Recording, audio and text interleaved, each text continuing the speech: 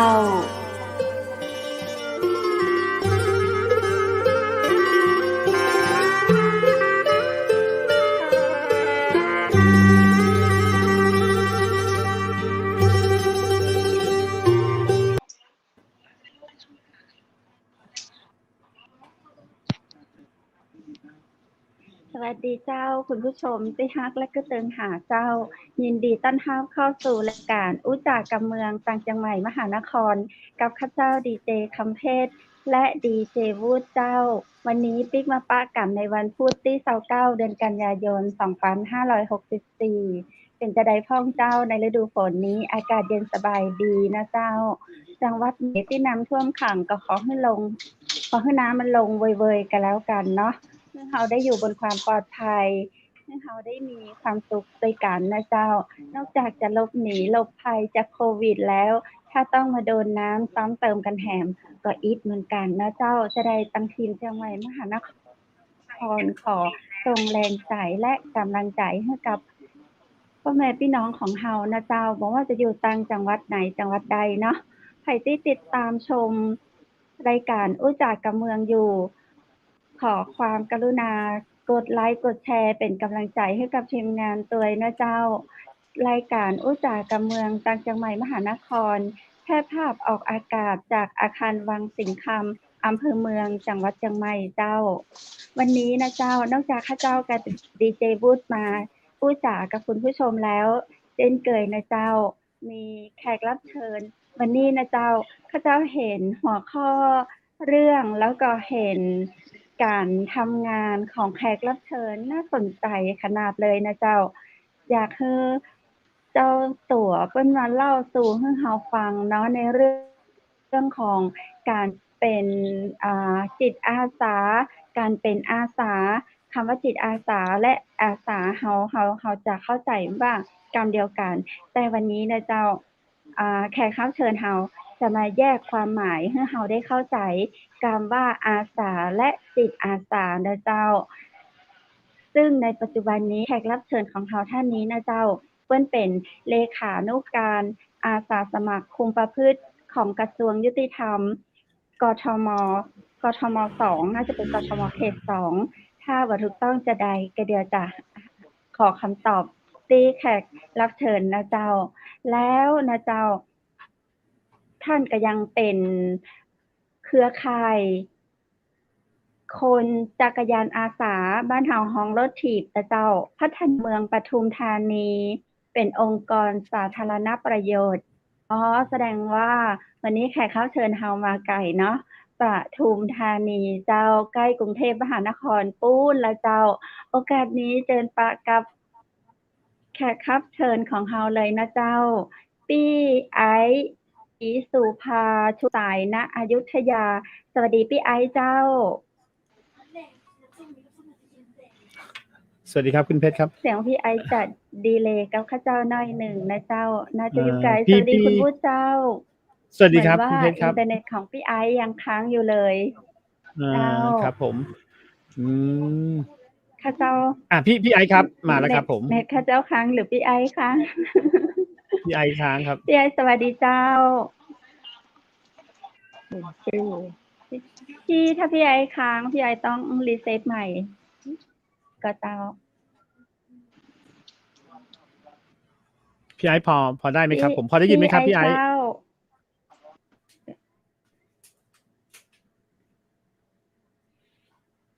พี่ไอได้ยินอยู่เนาะเน็ตเจ้าพี่ไอชื่อจริงคุณศรีสุภาชุมสายณอยุธยาอยู่จังหวัดปทุมธานีหรือว่าพี่ไอจะอยู่ในย่านที่โดนน้ำได้ข่าวว่าแถวปทุมธานีมีน้ำขึ้นอยู่ขาด เนาะอินเทอร์เน็ตตังประทุมปล่อยเน็ตให้พี่ไอซ์หน่อย สงสัยเน็ตพัง เดี๋ยวไอซ์จะได้เล่าสู่กันฟังข้าเจ้าไปได้ยินเสียงพี่ไอซ์เลย พี่ไอซ์เจ้า พี่ไอซ์เจ้ายังไงดีเจ้าคุณวุฒิ เดี๋ยวนะครับ พี่ไอซ์ได้ไหมครับ พี่ ผ ไอ ม ซ์รีสตาร์ทหลายรอบแล้วเนาะ อืม เมื่อกี้เห็นเข้ามา อ่า 2 ช่องอีกช่องนี้เป็นช่องอะไรไม่รู้ เหมือนจะใช้อีกเครื่องหนึ่งเข้ามา โอเค สงสัยมันจะค้าง เจ้า ถ้าอย่างนี้ครับพี่ไอซ์เดี๋ยวเราส่งเสียงกันได้ไหมแล้วเดี๋ยวผมได้ขึ้น เพราะเรื่องราวของพี่ไอซ์น่าสนใจมากคุณ เจ้า คุณเพชรมีอีกเครื่องหนึ่งที่สามารถโทรหาพี่ไอซ์ได้ไหมครับ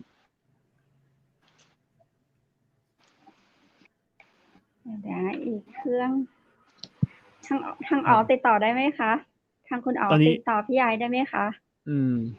แล้วตอนนี้ของพี่ไอซ์ค้างไป อ๋อได้ค่ะ เดี๋ยวลองดูเนาะพี่ไอซ์ ทีแรกเราพยายาม ใช้ เทสสัญญาณกันแล้ว เบอร์โทรพี่ไอซ์ ล เดี๋ย อ ว ง เบอร์โทร ลอง พี่ ลอง ไอ โทร ซ์ ได้ไหม พี่หน่อยเบอร์โทรพี่ไอซ์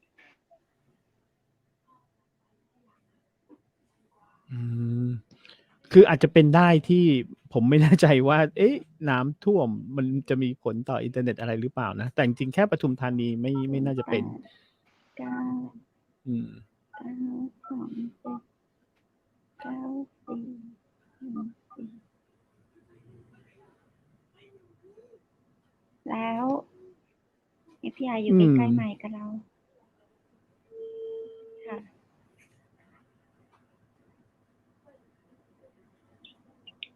พี่ไอซ์คะ พี่ไอซ์คะ พี่ไอซ์ได้ยินเสียงเพชรไหมคะ เดี๋ยวสักครู่นะพอดีแม่เขาติดอีกสายครับ ค่ะ พี่ไอซ์ลิงก์เฉพาะเสียงได้ไหมคะ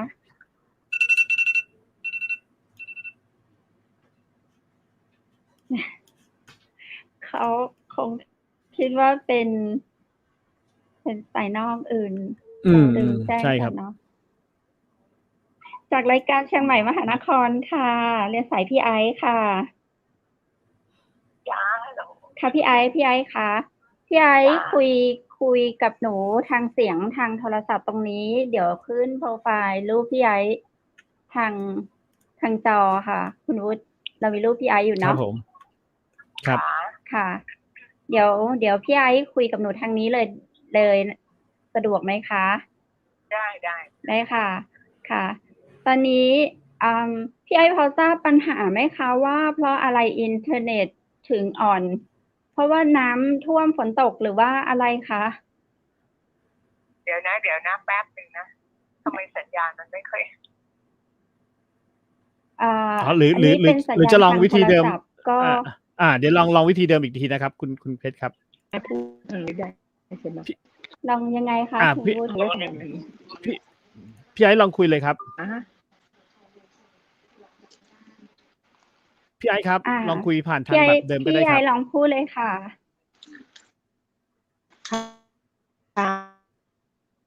ได้ยินไหมคะจะเสียงมัน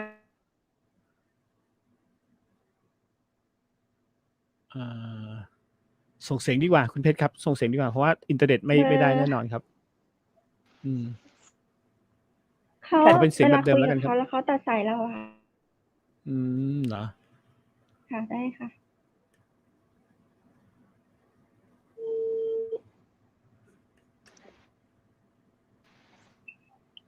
พี่ไอซ์คะ ค่ะฮัลโหล ค่ะพี่ไอซ์ใช้คุยทางนี้เลยนะคะ ค่ะ ได้ไหมได้ ค่ะ นะ คุยทางนี้ได้ค่ะ พี่ไอซ์ไม่ต้องตัดนะคะ โอ ค่ะ เค พี่ไอซ์ได้ยิน ได้ เสียง จ้ะ หนูนะคะ ค่ะ เดี๋ยวนะน้องเพชร ได้ น้องเพ ค่ะ ชรโทรมาที่ ได้ค่ะ โทรที่เบอร์อะไรคะ 089 เดี๋ยวสักครู่นะคะ เครื่องจริงๆเราต้องใช้เครื่องนู้นโทรซ้ำได้ปะ089ค่ะพี่ไอซ์ 9277 9277 414 ค่ะ 414 ค่ะ ค่ะเขาออกรันพี่ เงิน โก ของ ว่า คุณใกล้จะหมด กรุณาเติม พี่ เงิ โก นด้ ว่า วย เดี๋ยว นะคะ เครื่องนี้จะตัดเราโทรจากเครื่องนั้นได้ไหมลิงก์ด้วยโทรด้วยไม่ได้เนาะ อ๋อคุณเพชรบอกเบอร์ผมมาก็ได้ครับเดี๋ยวผมโทรไปก็ได้ครับ ถ้าหมดเครื่องนี้ก็ไปที่เครื่องนี้ก็ได้ คุณเพชรบอกเบอร์ผมมาก็ได้ เดี๋ เดี๋ ย ยว วผมโทรไป เดี๋ยวช่องนี้ไปก่อนเดี๋ยวคุณวุฒิจดเบอร์ไว้นะคะ โอเค ถ้าหักตัด 089 แป๊บหนึ่งครับ089ครับ 927 927ครับ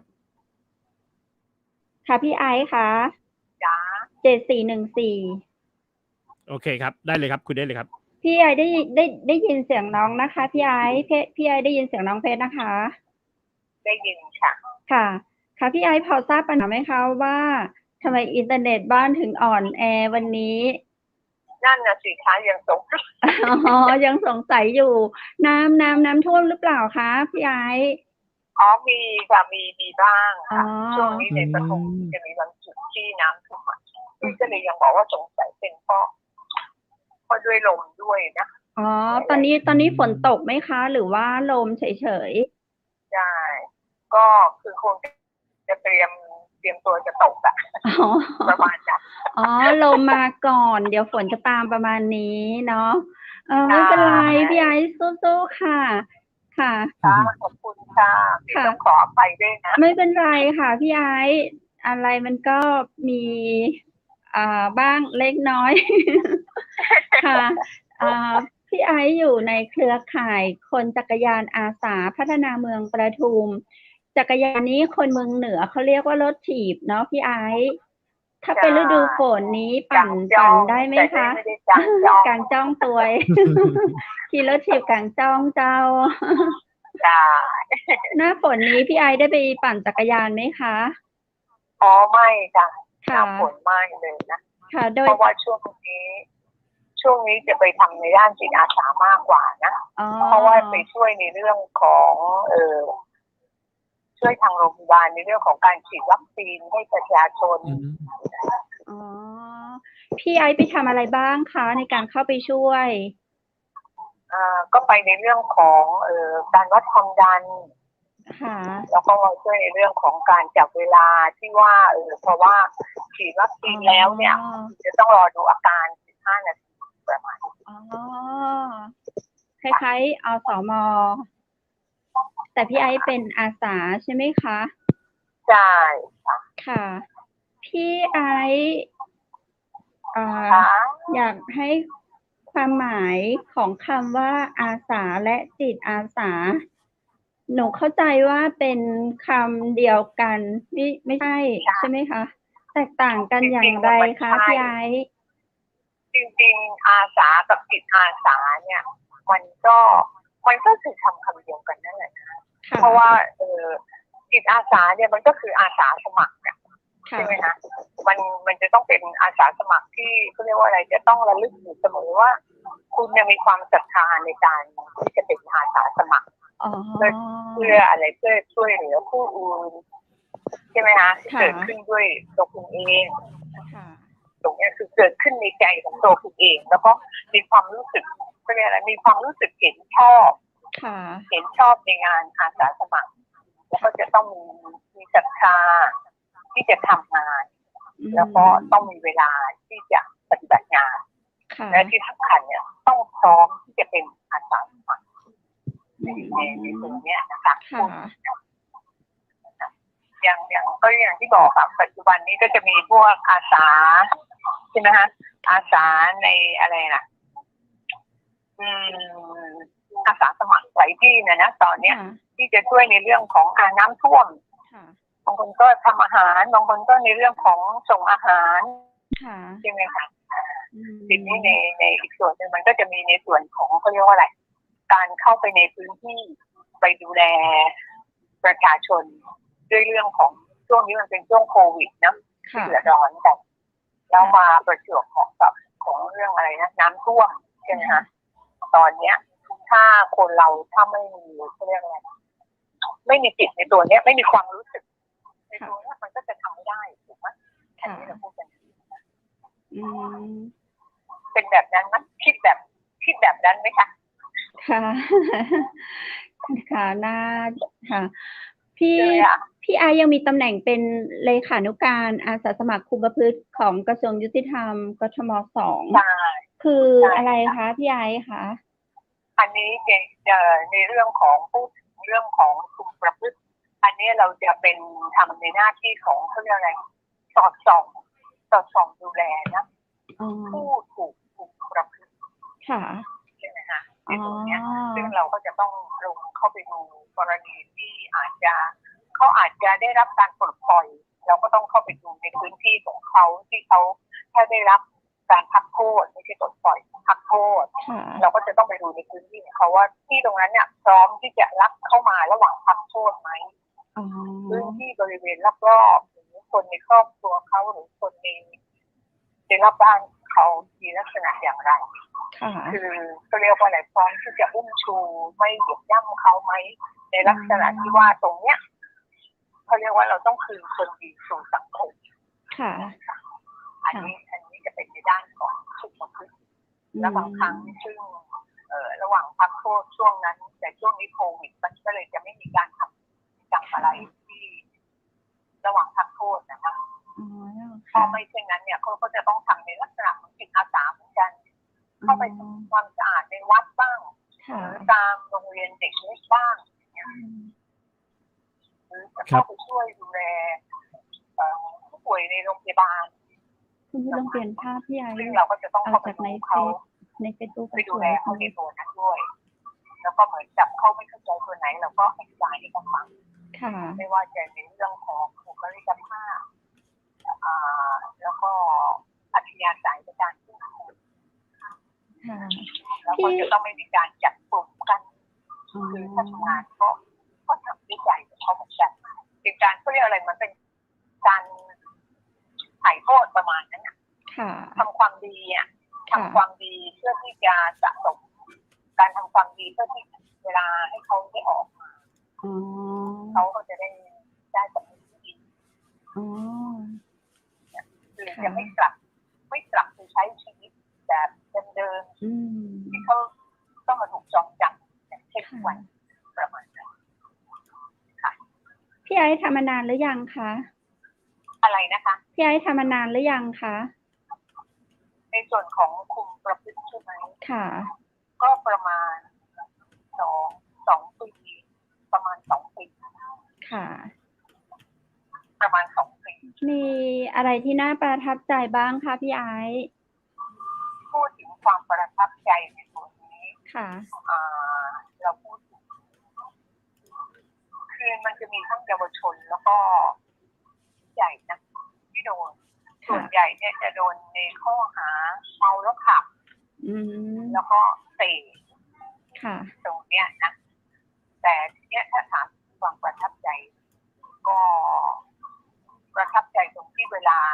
เขาให้ความเคารพเราพูดอะไรเนี่ยเขาก็จะรับฟังและพร้อมปฏิบัติตามคือเรียกว่าเราก็จะแนะนำในสิ่งที่ดีให้กับเขานะอย่างบางคนเนี่ยเขาไม่ได้มีการศึกษาหรือการศึกษาน้อยเราก็พยายามสอนให้เขาได้เข้ารับการศึกษาตรงนี้ถึงจะไม่เข้าได้รับการศึกษาในโรงเรียนปกติก็ให้ไปเรียนในโรงเรียนอาชีพหรือพวกกศน.ประมาณเนี่ยเขาก็โอเคเขาก็ทำตามนะแล้วเขาพวกนี้ก็จะมีความพยายามนิดนึงนะว่าสิ่งที่เราแนะนำไปเนี่ยเขาก็พยายามทำบางคนก็โทรมาหานะว่าตอนที่เขาโอเคแล้วนะอันนี้ก็คือสิ่งประทับใจที่ว่าเราสอนเราอบรมเข้าไปเราแนะนำเข้าไปแล้วเขาทำตามที่เราแนะนำเขาตรงนี้มันก็ต้องเป็นสิ่งที่น่าภูมิใจใช่ไหมคะเหมือนกับอย่างเช่นของสโลแกนของเราที่ว่าเราต้องคืนคนดีสู่สังคมตรงนี้มันก็สำคัญนะว่าเราก็จะต้องอธิบายให้คนในครอบครัวเขาเข้าใจคนรอบข้างเขาเข้าใจไม่รังเกียจเขาระหว่างที่เขากลับมาถึงบ้านเขาเพราะว่าถ้าเกิด ไปแสดงท่าทางรังเกียจที่มีปัญหาเนี่ยมันก็จะต้องทำให้เขาต้องคืนกลับสู่สภาพเป็นปกตินะคะ ค่ะ อย่างกรณีเด็กที่ติดยาเนี่ยเขาจะต้องกลับเข้าไปสู่ตัวนั้นเนี่ย ค่ะ ตรงนี้มันเป็นสิ่งที่ละเอียดอ่อนนะไม่ใช่นิดแบบมากเลยโดยเฉพาะคนที่ครอบครัว อืม ตรงนี้คือสิ่งที่ภูมิใจนะที่ว่าคนในครอบครัวให้ความร่วมมือตัวเขาเองก็ให้ความร่วมมือด้วย ค่ะ ครับพี่ไอซ์ครับกรุงเทพเขต2นี่มันอยู่ตรงพื้นที่ไหนครับผม ได้ยินชัดเจนไหมคะ ได้ยินค่ะ พอดีคุณวุฒิฝากถามนะคะพี่ไอซ์พี่ อะไรนะคะ คุณวุฒิค่ะ คุณวุฒิโปรดิวเซอร์ดีเจร่วมดำเนินรายการร่วมกับน้องเพชรนะคะพี่ไอซ์คุณวุฒิถามว่า กรุงเทพเขต2นี่อยู่แถวไหนคะบริเวณ กรุงเทพสอง กรุง ก็ เท จะ พ มี 2 คณะยาว ค่ะ อยู่ตรงคณะยาว ค่ะอยู่แถวคันนายาว อืม ค่ะ โอเคตรง ก็ คณะยาว แต่ว่าตัวพี่ไอซ์อยู่ปทุมธานี แต่ว่าพี่ไอซ์เข้าไปทำงานที่กรุงเทพ ใช่ ค่ะ เพราะว่าก็เราก็มีบ้านอยู่ในกรุงเทพตรงนั้นด้วย ค่ะ ใช่ไหมคะเราก็เลยจะมันต้องเป็นคนที่ทำงาน2 จังหวัด ค่ะ หนูก็เห็น ทำงาน2 จัง ค หวัน ด ที่ทำงานแบบเยอะมากค่ะ เป็นผู้นำหลาย ๆ องค์กรด้วยเนาะค่ะ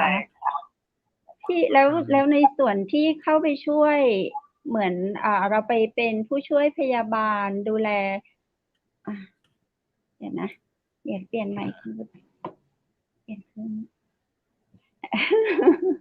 หรือเจ้าของผมโทรไปครับเอาผม พี่ไอ โทรไป ซ์ ไหมค คะ รับ ได้ยินแล้วค่ะพี่ไอซ์คะ ค่ะได้ยิน ค่ะ ได้ยิน พี่ไอซ์โอเคเนาะเมื่อกี้เราคุยกันถึง โอเค เรื่อง ถึง พี่ไอซ์อยู่2 จังหวัด ครับ ค่ะ แล้วก็ในการเข้าไปช่วยเหมือนเราเป็นผู้ช่วยพยาบาล ตรงยุคของโควิดระบาดเนี่ยค่ะ พี่ไอซ์เข้าไปทำนานหรือยังคะ ก็ช่วงโควิดนี่แหละค่ะ ค่ะ แต่ก่อนหน้านั้นพี่ก็ทำในหน้าที่ของอสม.นะ อ๋อ ค่ะ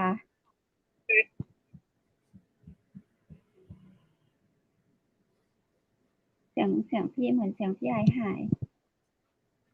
อืมเดี๋ยวลองติดต่อมาอีกที มี ครับ โทรแทรก อ๋อ เดี๋ยวนะ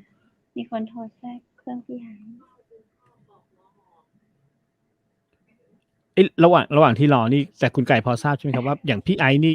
คืออัน2 งานนี้เป็นงานอาสาทั้งคู่เลยใช่ไหมครับไม่ใช่งานประจำ ใช่ค่ะ อืม พี่ไอซ์คะค่ะอย่างที่พี่ไอซ์ไปช่วยในเรื่องของโควิดนี่เขาเรียกว่าจิตอาสา ถูกไหมคะ ใช่ แล้วก็ในส่วนของอาสาสมัครคุมประพฤติไม่มีคำว่าจิต แต่เป็นอาสาสมัคร เป็นอาสาสมัคร เนี่ยค่ะ คุณวุฒิจะเป็นความแตกต่างประมาณแบบนี้ค่ะ การทำงานจะเหมือนกันนะคะ อ๋อ เพราะว่า ค่ะ อาสากับอาสา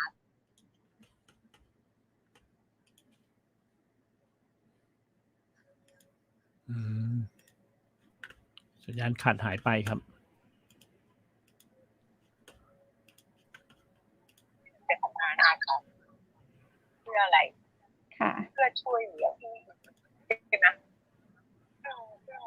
ตรงเนี้ยมันต้องเกิดขึ้นในตัวของเราเองนะเกิดจากความรู้สึกความผิดชอบของเราเอง ค่ะ ที่เราควรจะทำงานที่สำคัญเราต้องมีศรัทธาที่จะทำงาน ค่ะ แบบนั้น พี่ไอซ์เข้าไปช่วยในเรื่องของการคล้ายๆปฐมพยาบาลช่วยดูเช็คเวลาช่วยคุณหมอ เพราะว่าคนติดเชื้อจำนวนมาก บุคลากรที่ดูแลไม่เพียงพอพี่ไอซ์เลยต้องเข้าไปใช่ไหมคะ คือตรงเนี้ยใช่ค่ะ ค่ะ ก็คือด้วยบุคลากรของทางโรงพยาบาลด้วยแล้วก็ว่าอะไรด้วยความที่เขาก็คิดว่า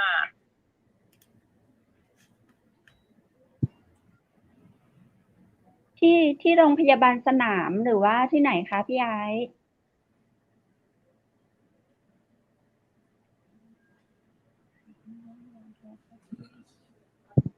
พี่ไอซ์คะ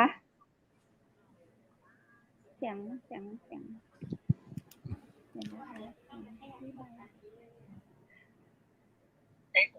ค่ะพี่ไอซ์พูดดังนิดนึงนะคะ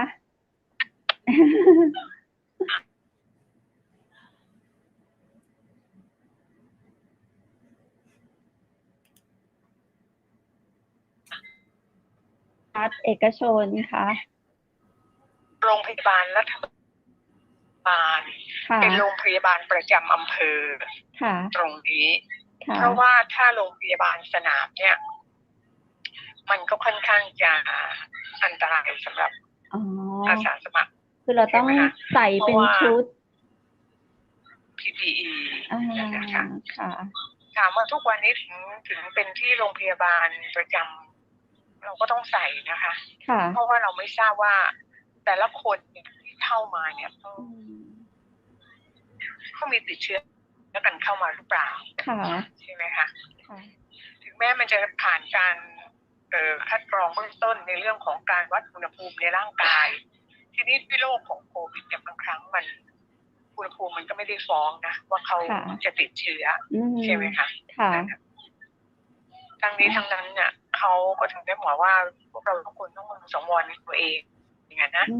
คือสวมแมสเว้นระยะห่างหมั่นล้างมือไม่หยิบจับสิ่งใดแล้วก็ก่อนที่จะมาสัมผัสใบหน้าจมูกปากพวกนี้ค่ะ ที่พี่ไอซ์เข้าไปช่วยตอนนี้ที่ไหนบ้างคะ ที่โรงพยาบาลลำลูกกานะคะ แล้วก็ที่โรงพยาบาลปทุมธานีเยอะไหมคะ แล้วก็ผู้ติดจำนวนบางวัน1,000 กว่าคนนะถ้าที่โรงพยาบาลเนี่ยก็ประมาณ500 ถึง 700ก็ยังมีมาเรื่อยๆพื้นที่ใช่ค่ะคือขึ้นอยู่กับวัคซีนที่ได้รับมาอ๋อค่ะอย่างล่าสุด2 ที่ที่เราไปนอกโรงพยาบาลนะคะเขาเรียกว่าอะไรเหมือนออกนอกพื้นที่อ่ะก็ประมาณ1,000 กว่าคนโอ้โหแต่ละที่เนี่ย1,000 กว่าคนใช่ค่ะคือเขาที่ติดเชื้อกันเยอะมากขนาดนี้ไม่ใช่คืออันนี้เข้ามาฉีดวัคซีนไปช่วยไปรับวัคซีนค่ะใช่เพื่อป้องกันการติดเชื้อใช่ไหมคะครับเพราะว่าถ้าผู้ติดเชื้อเนี่ยเราไม่สามารถเข้าไปได้เขาไม่ให้เราเข้าอยู่แล้วค่ะเขาก็คงไม่ให้เราเข้าไปเพราะมันเสี่ยงเกินไปค่ะใช่ไหมคะค่ะอย่างกรณีบางทีเวลาที่เขามีการตรวจโควิดผู้ป่วยโควิดที่จะต้องลงมาเช็คอาการดูอาการเนี่ยเราก็ต้องหลบออกเลยนะเพราะจากการบริเวณพื้นที่นั้นไม่ให้เราเข้าค่ะคุณวุฒิพูดได้ค่ะครับผมอยากทราบจริงๆก่อนหน้านั้นพี่ไอซ์ทำอาชีพอะไรมาครับถึงสามารถทำตรงนี้ได้พี่ไอซ์คะคุณวุฒิถามว่าก่อนหน้านี้พี่ไอซ์ทำอาชีพอะไรพี่ไอซ์ถึงได้มาทำหน้าที่ที่น่าสนใจแบบอยู่ในระดับที่น่าสนใจค่ะเราเดิมเลยก่อนหน้านี้เลยนะเดิมเลยเนี่ยความจริงอ่ะพี่เนี่ยไม่ได้มาทางด้านพยาบาลอะไรเลยนะพี่เนี่ยจบทางด้านบัญชีพี่ก็ทำงานทางด้านบัญชีเสร็จแล้วก็มีอยู่ช่วงนึงพี่ก็ไปได้เข้าไปทำงานที่โรงพยาบาลชลประทานไปทำงานที่โรงพยาบาลชลประทานของนั่นแหละค่ะอยู่จน3 ปีได้พอมีครอบครัวพี่ก็ออกมาหลังจากนั้นพี่ก็มาดำเนินธุรกิจพี่ยังอบลำไยแห้งอยู่เชียงใหม่เลยกะเจ้ามาอยู่หลายปีเลยนะของสบู่ของไทยระเบิดไปเจอมาเยอะอยู่จริงเหรอใช่นั่นแหละหลายปีแล้วใช่แล้วเสร็จแล้วก็กลับมาก็ไปอยู่ปทุมเพราะว่าพอดีลูกทำงานอยู่ที่ปทุมก็เลยมาอยู่ปทุม ทุมพี่ก็เข้ามาในเรื่องทีนี้ก็เหมือนเบนเข็มนะ เจ้า เข้ามาทำงานทางด้านประชาสัมพันธ์ร่วมกับที่สำนักงานประชาสัมพันธ์ประจำจังหวัดปทุมธานี อ๋อ ก็เข้ามาในด้านของสื่อ เจ้า ตอนแรกพี่ทำในด้านของสื่อสิ่งพิมพ์ เจ้า ครับ ก็เลยได้มาอบรมกับทางสำนักงานประชาสัมพันธ์ที่กรมประชาสัมพันธ์ทีนี้มันก็เลยผูกกันมาเลย น้องก็เลยได้เจอกันเจ้า ใช่ก็มาทำวิทยุของกรมประชาสัมพันธ์ เจ้า นั่นนะแล้วจบจนกระทั่งมาเมื่อ2 ปี 3 ปีมาละซึ่งก็ได้เปลี่ยนท่านอธิบดีมา เราก็เลยด้วยสถานีวิทยุเขาก็เปลี่ยนด้วยนะตอนเนี้ยก่อนพี่เสียทำของเนี่ยวิทยุเพื่อการศึกษากรมประชาสัมพันธ์เปลี่ยนเราก็เลย ที่ปทุมธานีใช่ไหมคะใช่ใช่ใช่แล้วบางทีก็ไปจัดรายการที่กรมที่ซอยอารีนแล้วก็ที่วิภาวดีก็จะมีการออกรายการกันในลักษณะอย่างนี้แล้วก็ทำอยู่สักจนมาระยะหลังก็เลยถึงได้มาก็เริ่มถอยออกมาละทีนี้มาทำในด้านของจิตอาสาแล้วแต่เนี้ยข้อความที่ไปได้สื่ออาสาสารปกครองทีนี้มันก็เลยต้องออกมาในด้านของจิตอาสาเต็มละนะคะตอนนี้พี่ไอทำรายการให้ทางทหารบกด้วยเหรอคะทางกลาโหมหรือว่ามีค่ะเพราะอันนี้จะเป็นของสื่อวิทยุสีขาวใช่ไหมคะซึ่งอันนี้ก็ได้รับความอนุเคราะห์จากที่เขาให้ไปร่วมรายการของเขาแต่ทีนี้มันไกลนะอยู่ในกรุงเทพอยู่ฝั่งทนนู่นเราก็เจอกันในวิทยุสีขาวนี่แหละเนาะก็เห็นพี่ไอเหมือนคนเชียงใหม่เลยนะผิวขาวทุกคนเข้าใจแบบนั้นนะเจ้าทุกคนเข้าใจแบบนั้นไม่เห็นพี่ไปอยู่ทางนู้นกลืนเลยนะเจ้าปิ๊กมาเมืองเหนือไม่เป็นแต่อู้กับเมืองปิ๊กมาเจ้าเดี๋ยวอู้กับน้องบ่อยๆเจ้าต้องฝึกสนใจพ่อทำรายการอู้กับเมืองวันละคำเจ้าต้องงานหลังๆวันนี้คือดูพี่ไอเป็นงานเหมือนแบบงานนางฟ้าทำเลยเนาะเป็นงานอาสาเป็นงานจิตอาสาเจ้าที่คุณวุฒิก็เลยถามว่าก่อนหน้านี้พี่ไอทำอาชีพอะไรยังไงถึงมาอยู่ในเส้นทางอาสาแล้วก็จิตอาสาในรูปแบบนี้ครับพี่ก็อย่างที่บอกนะว่ามันไล่ลำดับลงมาจนมาจบตรงที่ทำงานท่านอาสาจริงๆเนี่ยเพราะก็อย่างที่บอกไงฮะว่ามันหยุดมาแล้วนะเราเห็นในตัวบุคคลของคนนั้นที่เราอย่างที่พี่บอกว่าในด้านของคุมประพฤติถามว่าบางคนเนี่ยเขาอยากจะไปอยู่ในคุกไหมเขาไม่อยากใช่ไหมคะแต่ทีนี้บางครั้งเขาเรียกว่าอะไรสิ่งรอบข้างทำให้เขาผิดพลาดลงไปตรงเนี้ยคือส่วนที่เราจะต้องพยายามทำความเข้าใจกับเขาพยายามค่อยๆพูดหรือว่าเขาไปทำอย่างกรณีที่มีการบำเพ็ญประโยชน์ในสังคมเนี่ยเขาก็จะมากันเลยนะเขาก็จะมาแบบประโยชน์ให้สังคมซึ่งตรงนี้ก็ถือว่าอย่างบางคนเนี่ยเมาแล้วขับคุณจะต้องไปทำบำเพ็ญประโยชน์ให้กับสังคมเนี่ยสมมติว่า10 ครั้งเขาก็จะมาครบทั้ง10 ครั้งเพราะเขาก็ไม่ต้องการที่จะมาอยู่ในต้องมารายงานตัวเปรียบเหมือนการมารายงานตัวกันแหละเดือนละครั้งประมาณนั้นซึ่งตรงนี้เราก็จะพยายามบอกเขาเมาแล้วขับไม่ดีเนี่ยมันเกิดอะไรบ้างใช่ไหมฮะว่าถ้าคุณเมาแล้วขับเมื่อเกิดเหตุเนี่ยมันจะเป็นอย่างไรบางคนได้ถึงกับแบบเรียกว่าอะไรนะนอนอยู่ในโรงพยาบาลโดยที่คุณไม่สามารถทำอะไรได้เลยต้องมีเครื่องช่วยหายใจต้องมีท่อออกซิเจนอะไรต่างๆเนี่ยเราก็เอามาให้เขาดูพาเข้ามาดูที่โรงพยาบาลส่วนใหญ่ที่จะเป็นโรงพยาบาลนพรัตน์นั่น เราจะให้เขาไปบำรุงประโยชน์ตัวนั้น ครับ หลังจากนั้นเราก็จะให้เขาไปดูที่ห้องจิตว่าหลังจากนั้นแล้วเนี่ยคุณจะต้องมาอยู่ตรงเนี้ยคุณมีความรู้สึกยังไงบางครั้งมันไม่ใช่วัยอันควรแต่คุณต้องมาสูญเสียตรงเนี้ยแล้วคนที่เสียใจนะคือใครตรงนี้เหมือนเป็นการที่เราให้เขาดูแล้วก็สะท้อนตัวเขาก็จะคิดได้บางคนก็บอกว่าเขาไม่ได้จะตั้งใจดื่มหรอกนะพอดีเพื่อนหรือบางคนไปงานเพื่อนชวนเราก็จะบอกถ้าไม่ให้น่าเกลียดก็จิบนิดหน่อยก็พอไม่ได้บอกว่ามันเพลินบอกนั่นแหละเราไม่มีสติเพราะฉะนั้นเราต้องเตือนสติเราอยู่ตลอดโดยเฉพาะถ้าเราขับรถด้วยใช่ไหมเราจะต้องพยายามเตือนตัวเองว่าไม่นะ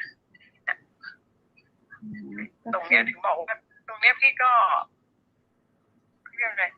ประทับใจอะนะเพราะว่าบางทีที่ไปเยี่ยมเขาที่บ้านเนี่ยเขาจะกระตือรือร้นมากกระตือรือร้นเพราะว่าผู้ปกครองมาตรวจหรือเปล่าร้อนเลยเอาบางคนหลบหนีนะมีหลบหนีใช่บางคนแบบไม่อยากเจอไม่อยากอะไรเพราะเหมือนกับว่าเขาไม่ทำตามสัญญาอันนี้มันเหมือนเป็นสัญญาใจกันนะนั่นนะใช่มันเป็นเหมือนสัญญาใจกันการที่เราเข้าไปบ้านเขาเนี่ยเราเหมือนเป็นการไปเยี่ยมคนในครอบครัวเขาด้วยใช่ไหมฮะครับที่ไอซ์ออกสวยแล้วก็ใจดีไปแล้วถ้าคนอื่นก็แสดงว่าพฤติกรรมของเขาโอ้ยขอบคุณค่ะถ้าจะให้แนะนำนี่ถ้าจะให้แนะนำคนที่โดนคุมประพฤติเนี่ยเราควรจะฝากถามครับเราควรจะแนะนำเขายังไงครับให้เขาปฏิบัติตามดีกว่าอย่าหลบหนีเลยใช่ไหมครับผมฝากคุณไก่ถามด้วยคุณวุฒิถามว่าเราจะให้คำแนะนำกับเขายังไงคะพี่ไอซ์ในกรณีที่แบบเขาหลบหนีแล้วแล้วเราจะให้คำแนะนำกับเขายังไงเราจะได้ไม่หนีอันนี้เราก็จะต้องคุยเรียกมาคุยเป็นกรณีไงฮะอันดับแรกเนี่ยเราจะคุยกับผู้ปกครองเขาก่อนเพราะว่าอย่างกรณีที่มีการพักคนต้องใส่กำไร EM มานะใช่ไหมคะนั่นน่ะซึ่งเขาวันนี้ไม่ได้แต่บางคนก็หลบเลี่ยงเราก็บอกว่าคือตรงเนี้ยเราอย่าคิดว่ามันเป็นปัญหาของเรานะเราก็นุ่งกางเกงขายาวซะบางคนบอกว่าไม่ได้โคเพื่อนบ้านลุกเพื่อนบ้านเห็นแล้วบอกไม่ต้องกลัวคนเราอะนะ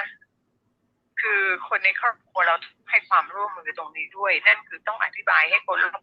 รอบบ้านเข้าใจเพราะว่าถึงอย่างไรเนี่ยมีเจ้าหน้าที่มาดูคุณเนี่ยเพื่อนบ้านต้องรู้อยู่แล้วว่าคุณทำอะไรมาแต่ตัวเราจะต้องตั้งสติตั้งมั่นด้วยคือรักษาสัญญาใจกันด้วยว่าจะไม่กลับหาตัวนั้นอีกแล้วเพราะคุณกลับไปมันจะสร้างปัญหาให้ครอบครัวคนรอบข้างเนี่ยแล้วมันก็จะไม่กลายเป็นที่สังคมยอมรับเพราะฉะนั้นถ้าคุณจะให้สังคมยอมรับนั่นคือต้องเป็นคนที่คืนสู่สังคม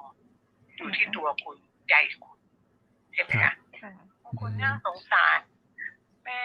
ร้องไห้เพราะลูกเสพยาแล้วเกิดอาการเขาเรียกอะไรคลั่งใช่ไหมเกิดอาการคลั่งจะทำร้ายแม่เราต้องคุยกับเขาว่านะดูสิกว่าเราจะโตมาจนบัดนี้แม่น่ะลำบากแค่ไหนแล้วถามว่าทุกวันนี้แม่ก็ไม่ใช่สบายแม่ก็ต้องห่วงเราจะออกไปทำมาหากินก็ไม่ได้ห่วงลูกอยู่บ้านจะมีปัญหาไหมจะออกมาอาละวาดชาวบ้านเข้าไหมบางคนน่ะแม่บางคนบอกว่าให้เอาเข้าคุกไปเลยได้ไหมไม่ต้องออกมาแล้วบอกว่าอย่าไปทำร้ายเขาขนาดนั้นเลยเราก็จะต้องคุยกันจับแม่กับลูกมานั่งคุยกันแล้วก็บอกแม่ว่าโอเคถ้ามีปัญหาอะไรก็โทรบอกเรานะเราก็จะคุยกับลูกเขานั่นนะซึ่งถึงบอกไงว่ามันเป็นเรื่องละเอียดอ่อนนะละเอียดอ่อนมากแต่ที่สำคัญเราต้องสร้างอาชีพให้เขามีรายได้ใช่ไหมคะ อย่างเช่น ซึ่งระห ให้ ว่างที่เขา อย่างเช่นอะไรคะที่พี่ไอได้ทำค่ะ อย่างเช่น อันเนี้ยพี่เจอมาคนหนึ่งนะ ค่ะ ซึ่งอันเนี้ยถามว่าสถานะทางครอบครัวเขาดีมากนะ ค่ะ พ่อแม่เขาก็รับราชการตัวนี้นะ อืม แต่ลูกติดยาพ่อแม่ไม่ทราบ ค่ะ อืม พ่อแม่ไม่ทราบมาทราบอีกทีลูกก็เสพไปเยอะแล้วลึกแล้วอ่ะ ค่ะ พยายามแม่ก็ร้องไห้พยายามอ้อนวอน ค่ะ ตรงเนี้ยเราถึงบอกว่าเนี่ยกว่าแม่จะอุ้มท้องเรามา อืม ออกมาเนี่ยกว่าแม่จะเลี้ยงเราโตแบบเนี้ย ค่ะ ต้องให้แม่มานั่งร้องไห้อย่างเงี้ยจะมีความรู้สึกอย่างไร ลูกนี่คือลูกสาวหรือว่าลูกชายคะ ลูกชาย ค่ะ เป็นลูกชายด้วยนะคะ ค่ะ ส่วนใหญ่อายุประมาณเท่าไหร่คะพี่ไอซ์ ก็จะมีนะ ค่ะ วัยรุ่น คือความที่บางคนอย่างเด็กคนเนี้ยเขาบอกเหมือนกับเพื่อนชวน ค่ะ แล้วอยากลอง ก็ยังอยากลอง พออยากลองก็เลยแบบลองหลายๆครั้งเข้ามันก็จะติดใช่ไหม ค่ะ มันก็จะติด ถึงบอกตรงเนี้ยที่เห็นเขาว่าโอเคตรงนี้ เพราะว่าสุดท้ายเขาเหมือนคิดได้เขาจะกลับตัวเขาจะกลับใจนั่นแหละ ครับ เราก็มีความสุข พ่อแม่ก็พยายามสร้างอาชีพให้เขาสร้างรายได้ให้เขาเหมือนกับหางานให้เขาทำ ค่ะ ส่วนใหญ่พวกนี้การศึกษาเขาจะขาดตอนไป อ๋อ ใช่ไหม อืม ก็อย่างที่พี่บอก เราก็แนะนำให้ไปเรียนสายอาชีพ อืม หรือไม่ก็กศน ค่ะ ใช่ ใช่ไหมคะ ครับ ระหว่างนั้นเนี่ยก็พยายามเสริมอาชีพให้เขาว่า ให้เขารับผิดชอบในอาชีพนั้น ค่ะ อย่างเนี้ย อย่างกรณีเนี้ยเหมือนเขาทำฟาร์มเห็ดให้เขารับผิดชอบ อื ก็ให้ ม ทำให้เป็นฟาร์มขึ้นมาให้ได้ด้วยน้ำพักน้ำแรงของโอเคเราก็ไม่ได้ให้คุณตัดขาดเพื่อนซะทีเดียว แต่ก็อย่าไปเรียกอะไรอย่าไปถลำลึกกับเพื่อนมากอ่ะ อืม ผ่านได้แต่อย่าลงไปกัน ค่ะ หน่อย อืม อืม น่า เอ๊ะมี น่า มีเคสไหน จับไปเสพ ครับ มีเคสไหนที่พี่ไอซ์ประทับใจมั่งไหมครับ ซึ่งบอกว่าอันนี้จะเป็นตัวอย่างหนึ่ง ค่ะ ที่เรียกว่าเขารับผิดชอบใน ตอนนี้เขาเลยทำเป็นธุรกิจนะ ค่ะ อ๋อ ฟาร์ม โอ เห็ด เคดีเลย ค่ะ อืม อ๋อ แล้วก็มาทำแปรรูปโดยที่มีแม่มีญาติพี่น้องให้การสนับสนุน ค่ะ นี่ก็เป็น เยี่ยมเลย เป็น เหมือน เค กั ส บให้ หนึ่ง กำลังใจดูแล ที่ กัน พี่ไอซ์ประทับใจ ใช่ ค่ะ ใช่ อ๋อ ค่ะ มีแบบ ก่อนเนี่ ผู้ห ย ญิงมีไหมคะ อืม ผู้หญิงที่ยังไม่ ค่อย เจอ มี นะ ผู้หญิงที่ยังไม่เจอ ส่วนมาก ล่า จะเป็น สุด ผู้ เนี่ย ชาย เจอเดี๋ยวก่อน ค่ะ ล่าสุดนี้พอพวกนี้เขาจะเหมือนทอมก็เลยดูเหมือนผู้ชาย อ๋อ ก็ตีมี อ๋อ น้องเป็นทอ ของ ม ค่ะ ใช่ก็ในเรื่องของทำอาหาร ค่ะ อันนี้จะในเรื่องของการทำอาหารก็จะมีการประกวดทำอาหารเรียกว่าสตรีทฟู้ดนะ ค่ะ อืมอืม เราก็จะเอาเขามาฝึกทำอาหารแล้วก็ครอบครัวเขามาทำด้วย แล้วเขาก็ทำได้ ซึ่ง ดี เขาบอกว่า ใช่เขาบอก อืม เขาไม่เคยอยู่บ้านไม่เคยได้ใกล้ชิดกับพ่อแม่ ไม่เคยได้ทำอาหารร่วมกับพ่อ อื แม่ ค่ะ ม เนี่ย เห็นนี้ เราก็บอกอันเนี้ยเราฝึกอันเนี้ยไปแล้วเราคิดว่าจะสร้างรายได้ จะทำรายได้เลี้ยงครอบครัว ค่ะ โอ้โห อืม สุดยอดนะน้ำตา อื ซึม มอืม แล้วเขาตั้งใจทำมากนะ ค่ะ เออตั้งใจทำมาก แล้วก็ทำได้ดีนะ ค่ะ ครับ ทำได้ดีมาก แต่เพียงแค่ว่าเขายังกลัวสังคมไม่รับเขาไม่ยอมรับเขา ค่ะ บอกไม่ต้องกลัวพี่อยู่ข้างๆน้องมา อืม แม่อยู่ข้างหลัง พ่ออยู่ข้างหลัง ไม่ต้องกลัวออกมาซะออกมายืนข้างหน้าเลย เราไม่ต้องกลัว แล้วยิ่งถ้าเรามีอาชีพเราสร้างรายได้ให้กับครอบครัวเราไม่ต้องกลัวเลยยืดอกได้เต็มที่ ค่ะ เขาก็ทำนะก็เรียกว่า ตรงนี้มันก็มีส่วนร่วมนะการทำอาหารเนี่ย ค่ะ ครับ โดยการให้พ่อแม่เข้ามาร่วมด้วยบางคนก็มีน้องมาช่วยนะ ค่ะ อืม มันก็เลยทำให้เขามีความประทับใจในตัวของเขาเองว่าเฮ้ยเขาไม่ได้โดดเดี่ยวนะเขาไม่ได้ถูกทอดทิ้งนะ ค่ะ ใช่ไหม ค่ะ แล้วเขาเลยบอกอุ้ยหมดเวลาแล้วทำไมเวลาหมดเร็วจัง เพราะการที่เขาจะทำอาหารอยู่กับครอบครัวมันเร็วไง ค่ะ ระยะเวลามันสั้นนิดเดียวเองอะไรอย่างเงี้ย เราสนับสนุนให้เขาแบบเปิดร้านอาหารเลย ใช่ใช่บอกว่าเนี่ยถ้าเขาได้พ้นโทษออกไปเนี่ยเขาสามารถทำได้เลี้ยงตัวเองได้เลี้ยงครอบครัวได้ ค่ะ เขาก็โอเคนะเขาก็ไม่ทิ้งเพราะว่าเดี๋ยวคงต้องมีการประกวด ค่ะ เดี๋ยวคงต้องมีการประกวดในเรื่องของตัวเนี้ยอันนี้จะเป็นเด็กเยาวชน ค่ะ อันนี้จะ10 กว่า อืมมีเยอะเหรอคะพี่ไอ เพราะว่ามันยัง ซ์ ไม่สาย ค่ะ เยอะนะคะ อืม เยอะยอมรับ อันนี้หมายถึงในเข ก็อ ต ย่างล่าสุด ในเขต ที่เขา ก บอก ทม2หรือว่าในเขตปทุมธานี ใช่ คะที่พี่ไอซ์พูดถึงนี้ อันนี้ในกทม ในกท ค่ะ ม ในกทมใช่ ค่ะ แต่ถ้าอย่างนั่นน่ะมีเยอะก็อย่างเมื่อวานนี้เหมือนที่เจอกับท่านที่ปรึกษาโคสิตมั้งท่านบอกว่าที่ดูบ้านเราเนี่ยคุกไม่พอนะ โอ้ อืม ใช่ไหม เศร้า ไม่ ใจ พอให้ ฟัง อะ แบบนี้เนาะอืม ใช่ แสดงว่าเราเป็นคนร้ายมากกว่าคนดี อืม ใช่ค่ะ อืม แต่บางคนก็ไม่ใช่ว่าเขาจะผิดเต็มที่นะ ค่ะ บางคนเหมือนแพ้ อ๋อ อืม การ แต่ บาด ตรงเนี้ยค่ะ ในส่วนของตรงเนี้ยซึ่งเรียกอะไรซึ่งประชาชนบางครั้งยังไม่รู้ว่าการเป็นแพ้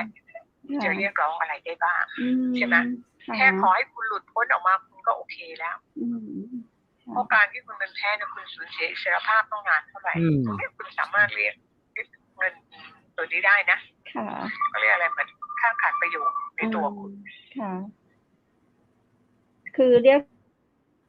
จากไหนอะคะพี่ไอซ์ อันนี้จากเขาก็จะมีของทาง ทนาย ฝ่ายคุ้มครอง อ๋อ ครองสิทธิ์ อ๋อของกระทรวงยุติธรรมเลยใช่ไหมคะ ใช่ คือ ถูก เขาไม่ต้องไปเรียกร้องที่ศาลปกครอง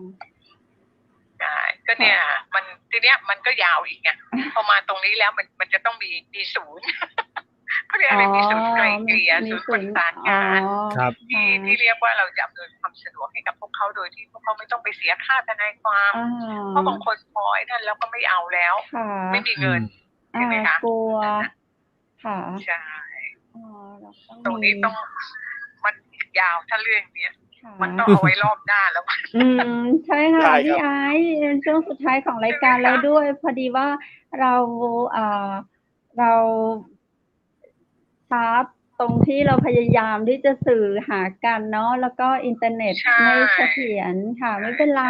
เดี๋ยวมีโอกาสหน้าค่ะพี่ไอซ์ต้องมาเล่าสู่กันฟัง ได้ อีกค่ะ เพราะหนู นะ เคยเห็นตัวจริงของพี่ไอซ์2-3 ครั้ง หนู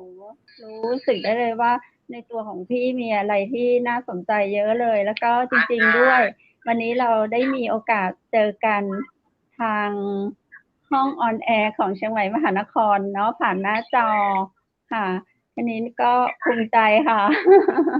โอ้ เดี๋ยว พี่ก็ต้องขอบคุณด้วยนะ แล้วก็ทีมงานด้วยนะที่ให้เกียรติพี่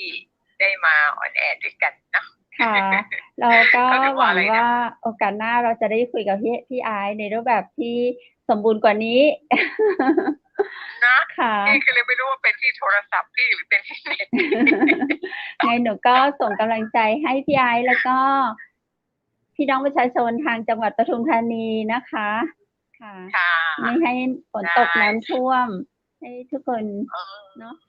แคล้วคลาดปลอดภัย ได้ณ ไม่ เว ว่าจะ ลา เป็น นี้ก็คง น้ำท่วมหรือ ได้ ว่า แต่ โค ให้กำ วิ ลั ด งใจกัน ค่ะ ส่งกำลังใจให้กัน เพราะว่าอีกนาน ค่ะ เนาะกว่าเราจะได้เจอกันเหมือนที่เราเคยเจอกันทุกปี ใช่พอด้วยโควิดนะ เพ ค่ะ ราะฉะนั้นตรงเนี้ยที่ฝากประชาสัมพันธ์ถึงกันเลยนะ ค่ะ ทุกคนเลยนะคะ ค่ะพี่ไอซ์ อ พูด ย่าลืมนะทุกคนเราต้องดูแลตัวเราเองนะคะ อย่างที่บอกอะ ค่ะ เวลาออกข้างนอกนะ อย่าลืมสวมแมสเว้นระยะห่างนะคะ แล้วก็หมั่นล้างมือ ค่ะ ใช่ไหมคะพูดถึงเนี่ย ค่ะ ก่อนที่เราจะทานอาหารหรือจับต้องหน้าตาของเรา แล้วก็ข ขอให้ทุกคนจูงมือกันไปฉีดวัคซีนให้ครบนะคะ ครับ ค่ะ ถึงแม้มันจะไม่ได้เขาเรียกว่าอะไรไม่ใช่เป็นยารักษาแต่มันก็เป็นวัคซีนตัวหนึ่งที่จะป้องกันไม่ให้เราเกิดที่ร้ายแรงถึงขั้นต้องลงปอดใช่ไหมคะพูดถึงเนี่ยเขาเรียกอะไรบรรเทาความรุนแรงลงไป ครับ นะคะ ค่ะ พี่ก็ฝากตัวนี้ให้กับพวกเราทุกๆคนแล้วก็ท่านผู้ฟังทุกท่านด้วยนะคะ ค่ะพี่ไอ อย่าลืมนะคะ ค่ะ พวกเราก็ได้แต่เขาเรียกอะไรอยู่ห่างๆอย่างห่วงๆนะ ครั คะ บ ค่ะ ค่ะ ขอบคุณพี่ไอมากเลยค่ะ โอกาส ขอบคุณมากครับ จะ ครับ ขอเชิญพี่ไอมาร่วมรายการกับเราอีกเนาะ ครับผม ได้ ครับ สวัสดี ค่ะ ค่ะ ขอบ พี่ คุ ไอ ณมากค่ะ สวัสดีค่ะ คุณผู้ชมเจ้าน่าเสียดายว่าไม่ได้เห็นหน้างามๆของพี่ไอซ์เนาะส่งเสียงมาเป็นอย่างเจ้าโอกาสหน้าได้ปะพี่ไอซ์แหมแน่นอนเลยเพราะว่าฟังแล้วเป็นแม่หญิงที่มีพลังภายในค่อนข้างจะเยอะเนาะวันนี้เราได้ฟังเรื่องของการไปทำงานเป็นอาสาสมัครคุมประพฤติจะส่วนใหญ่เนาะแล้วก็การเป็นจิตอาสาในเข้าไปช่วยคุณหมอคุณพยาบาลฟังรอฉีดวัคซีนสนับสนุนการฉีดวัคซีนเพื่อป้องกันโควิดบ่ลุกลามเข้าไปในปอดเนาะแล้ววันหน้าจะพาพี่ไอซ์มาพบแหมเรายังไม่ได้อู้จากับพี่ไอซ์ในเรื่องของการขี่รถถีบกลางจ้องเตื่อเนาะ อันนี้เพิ่น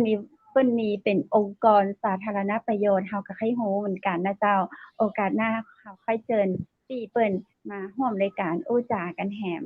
สำหรับวันนี้คุณผู้ชมเจ้าบ่ว่าจะเป็นในเรื่องของฝนหรือว่าในเรื่องของเชื้อโควิดมันก็สูงขึ้นแต่นี่อย่างเป็นจะอีเนาะเห็นตัวเลขยอดตัวเลขแล้วข้าเจ้าก็ส่งแรงใจกำลังใจก็จะหมดแรงใจกำลังใจเหมือนกันแล้วเนอะ เจ้าเอากำลังใจส่งให้ถึงกันและกันเนาะจะได้เราต้องบ่ท้อจะได้เราต้องบ่หมดแรงใจและกำลังใจเนาะส่งสิ่งที่ดีๆถึงกันก็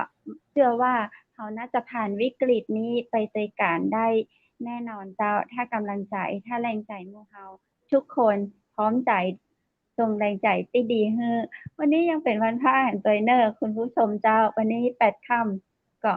เพิ่นจะฮ้องกันวันพระน้อยแต่จะได้ก็ตามในความเป็นพุทธศาสนิกชนเนาะข้าเจ้านับถือศาสนาพุทธวันพระก็มีความสำคัญจะเป็นพระใหญ่พระน้อยมีความสำคัญหมดนะเจ้าวันนี้8 ค่ำเนาะเหมือนบางศาสนาคริสต์ก็จะทุกวันอาทิตย์เนาะก็ในความสำคัญจะอ่านเฮาก็บ่ต้องมาแบ่งละวันพระใหญ่วันพระน้อยวันไหนทำบุญทำทานได้ก็ทำเตอเจ้าหลายที่ข้าเจ้าเห็นวัดเปิ้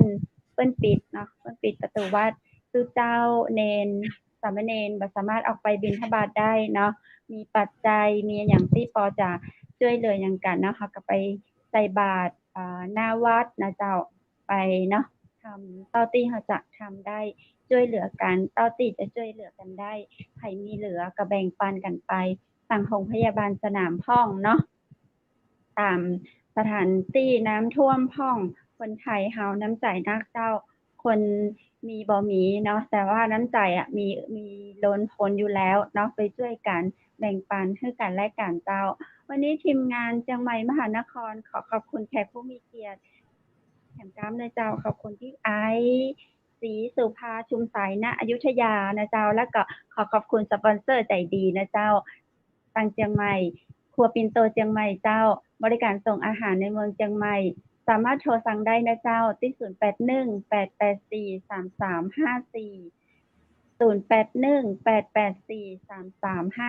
เจ้าและขอขอบคุณสปอนเซอร์ตังอำเภอแม่สะเรียงนะเจ้าเปิดบริการ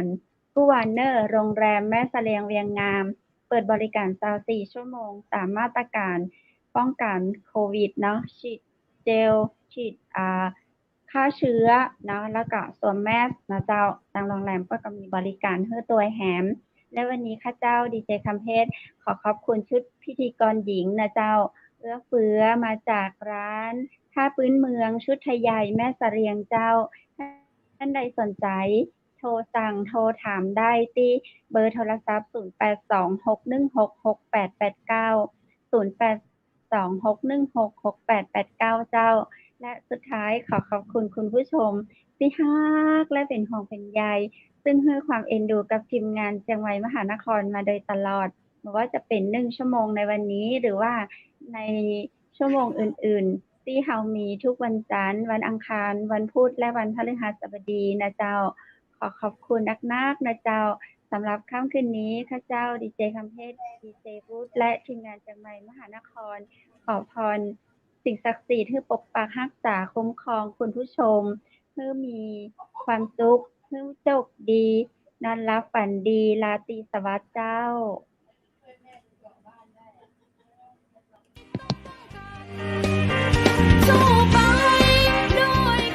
สถานีวิทยุเจียงใหม่มหานคร 107.25 เมกะเฮิรตซ์ขอแสดงความห่วงใยและเป็นกำลังใจให้ทุกท่านในช่วงการระบาดของโรคโควิด -19 ในครั้งนี้เพื่อลดความเสี่ยงควรสวมหน้ากากอนามัยทุกครั้งล้างมือเป็นประจำขอให้อยู่ที่บ้านให้นักที่สุดด้วยความปรารถนาดีจากหมู่เฮาเจ้าเจียงใหม่มหานครสนับสนุนโดยกาแฟโกแม็กคอฟฟี่และโรงแรมแม่เสรียงเวียงงามโทร 053-621-444 และ 081-595-2883 เราจะฝ่าฟัน